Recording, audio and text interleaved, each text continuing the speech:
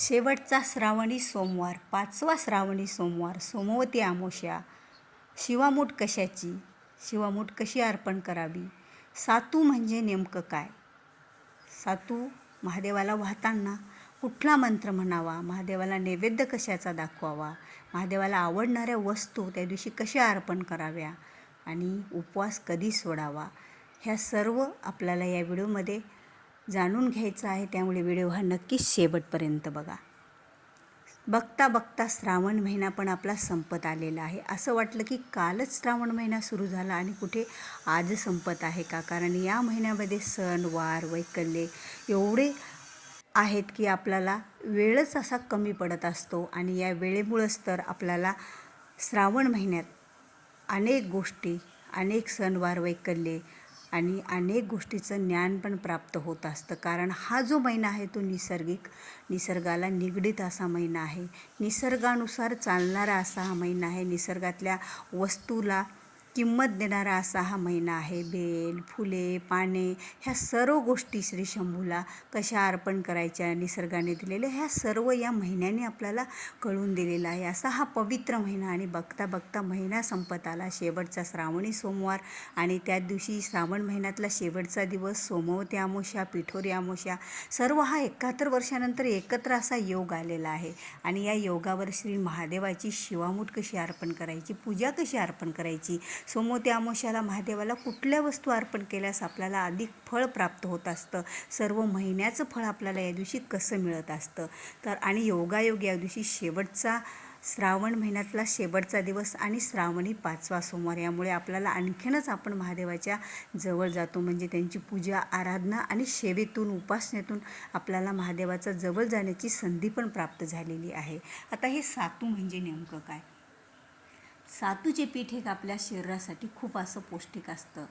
आणि सातू हा आपल्या शरीरातील उष्णता बाहेर काढत असते. सातू हे आपल्या शरीराला खूप असं पौष्टिक असतं. आणि या सातूचं पीठ विदर्भामध्ये आणि उत्तर प्रदेशात, महाराष्ट्रात अनेक ठिकाणी याचा वापर केला जातो. हे सातूचं पीठ आपल्या शरीरातील प्रोटीन वाढवतं, आपल्या शरीरात ऊर्जा निर्माण करतं, आपल्या शरीराची पचनशक्तीसुद्धा व्यवस्थित करणारं असं पीठ आहे. बघा, महादेवाला ज्या काही वस्तू आपण अर्पण करत असतो, ज्या प्रिय आहेत, त्या आपल्यासाठी सुद्धा, आपल्या शरीरासाठी सुद्धा चांगल्या असणाऱ्या ह्या वस्तू आहेत. आणि त्याच महादेवाला प्रिय आहेत. म्हणजे महादेवा आपण म्हटलं ना की निसर्गाने जे काही दिलं ते महादेव स्वीकारतात. आणि महादेवांनी आपल्यासाठी ज्या वस्तू आवडतात ते पण महादेव स्वीकारतात.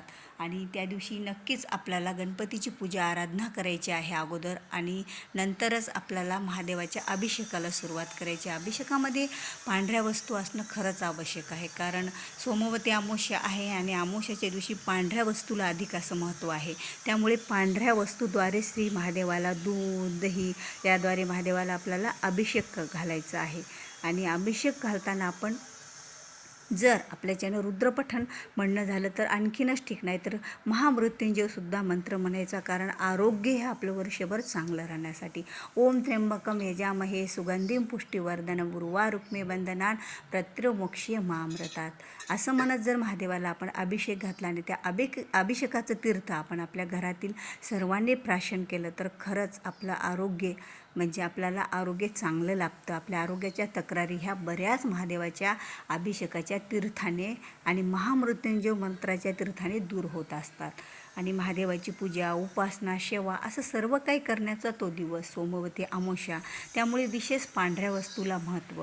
आता त्या दिवशी पूजा करताना सुद्धा आपल्या अंगावर वस्त्र पण पांढरे आपण असले तर आणखीनच चांगले, किंवा पिवळे वस्त्र, या दोन्हीपैकी आपण वस्त्र पण धारण करायचे आहेत. कारण जेवढे म्हणजे कलरचा, रंगाचा पण एक गुणधर्म असतो. शांततेचं प्रतीक असलेला हा पांढरा कलर आहे. आणि महादेवाला अतिशय शांतता ही प्रिय आहे. त्यामुळे ह्या वस्तू आपण अशा प्रकारे वापरायच्या आहेत. आता महादेवाची ज्या वेळेला आपण पूजा करतो, सेवा करतो, आराधना करतो, त्यांची उपासना करतो, सतत ज्या वेळेला आपण महादेवाची पूजा करतो त्यावेळेला सतत आपल्या मनातल्या मनात का होईना ओम नमः शिवाय किंवा शिवाय नमः असा कुठला तरी एखादा मंत्र हा चालूच राहिला पाहिजे. त्यानंतर महादेवाला ज्यावेळेला आपण पंचोपचार पूजा केली, अभिषेक करून, तर बेलाचं पत्र हे कधीही उलटं आपल्याला महादेवाला अर्पण करायचं आहे. आणि शिवामूठ, आता शिवामूठ अर्पण करायची. आता शिवामूठ सातू म्हणजे काय? तर शिवामूठ सातू म्हणजे गहू, तांदूळ आणि हरभऱ्याची डाळ ह्या तिन्हीचं एकत्र मिश्रण, थोडं त्यावर पाणी टाकायचं आणि 3 वेळा म्हणजे एकाच वेळा पण 3 पद्धतीत महादेवाला अर्पण करायचे आहे. ही शिवामूठ. शिवामूठ अर्पण करताना आपल्याला म्हणायचं नमः शिवाय, शांताये, पंचवक्त्राये, शूलने, शुंगरी भुंगरी, महाकाल, गणयुक्ताये, शंभवे किंवा शिवा शिवा महादेवा, माझी शिवमूठ ईश्वरा देवा, मनातल्या इच्छा पूर्ण कर रे देवा, असे 3 वेळा म्हणावे आणि नंतरच ती शिवमूठ महादेवावर, आता ती ओली शिवमूठ होती त्यामुळे पूर्ण व्यवस्थित महादेवावर आपल्याला सोडायची आहे. आणि ज्या वेळेला आपण शिवमूठ महादेवाला अर्पण करतो त्यावेळेला त्यांना धूप दीप यांनी ओवाळायचं आणि त्यांना नैवेद्य हा दाखवावाच लागतो. कारण यानंतर जर आपण बाकीच्या पुढच्या पूजा करायच्या, पण अगोदर ही एवढं आपल्याला करायचं आहे, नैवेद्य आणि त्यांना ओवाळणं. कारण महादेवाची ज्यावेळेला शिवमूठ आंघोळ म्हणजे महादेवाला आपण जो अभिषेक केला आणि शिवमूठ अर्पण केली त्यानंतर महादेवाला आपल्याला शंभूला लगेच आपल्याला त्यांच्यासाठी नैवेद्य हा अर्पण करावं लागतं. मग तुम्ही फळ, दूध असे कुठलेही पदार्थ महादेवाला ठेवू शकता आणि विशेष त्या दिवशी पांढऱ्या पदार्थाचा पण नैवेद्य आपल्याला दाखवायचा आहे. दूध दाखवा आणि आणखी कुठले पांढरे पदार्थ दाखवा किंवा आपण जे पंचामृत तयार करतो त्याचा पण नैवेद्य आपण महादेवाला अर्पण करायचा. कारण पांढरे वस्त्र पण महादेवाला आपण अर्पण केलेले आहेत, खडीसाखर आणि जे रुईचे वस्त्र असतात ते आवर्जून महादेवाला शंभूला आपण सोमवती अमावस्या असल्या कारणाने अर्पण करायचे आहेत. आता वेगवेगळ्या फुलांनी वेगवेगळा सुगंध हा महादेवाला आवडणारा असतो, त्यामुळे जेवढे आपल्याला वेगवेगळे फुले मिळतील तेवढ्या फुलांना महादेवाची आपण पूजा करायची असते, आराधना करायची असते, उपासना करायची असते. कारण शेवटचा श्रावण महिन्यातला दिवस आणि या दिवशी आपण जेवढं महादेवाच्या जवळ जासाल, जेवढं महादेवाची उपासना करसाल तेवढं आपलं पुढच्या वर्षीच्या श्रावण महिन्यापर्यंत श्री शंभू श्री महादेव हे आपलं रक्षण करत असतात.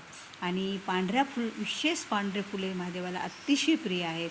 धोत्र्याचं फूल, पांढरे फुले, धोत्र्याचे फळ, शेमीपत्र आणि अनेक अशा फुलांनी, गोकर्णाचं फूल आणि हे सर्व फुले आपल्याला महादेवाला अर्पण करायची. गुलाबाची फूल आणि नंतर महादेवाची यथाशक्तीप्रमाणे त्यांना आपण पूजा वगैरे नैवेद्य करायचा. कारण बघा कसं असतं, आपल्याकडं काही गोष्टी नसत्याल एखाद्या वेळेस की माझ्याकडून पूजेला बसले आणि महादेवाची पूजा करताना आपण काही गोष्टी विसरत असतो, तर मग उठून महादेवाच्या पूजेला उठाय चालत नसतं. मग जेवढ्या आहेत तेवढ्याच अगोदर पूजा करून घ्यायची आणि नंतर ज्या राहिलेल्या आरती झाल्याच्या नंतरही आपण काही गोष्टी त्यांना अर्पण करू शकतो. पण महादेवाच्या पूजेत नेमकं उठायचं नाही आणि कुणाशी बोलायचं नाही. आणि बेलपत्र अर्पण करताना तर चुकूनही कुणाशी बोलायचं नसतं आणि बेलपत्र अर्पण करताना उठायचं नसतं, मन इतरत्र भटकायचं नसतं. जसं महादेवाला जल अर्पण आवडतं तेवढंच बेलपत्र पण महादेवाला खूप आवडतात. आणि मग ह्या आवडीची वस्तू ज्यावेळेला आपण जेवढे शक्य होतील तेवढे पांढऱ्या फुलांचा वापर,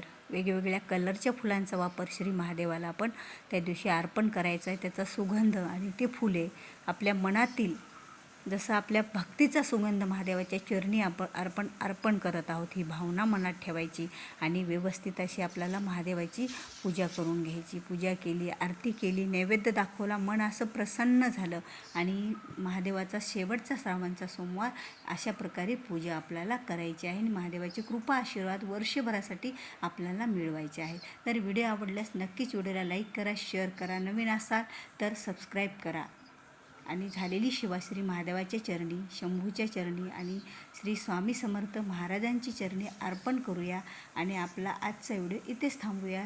ओम नमः शिवाय.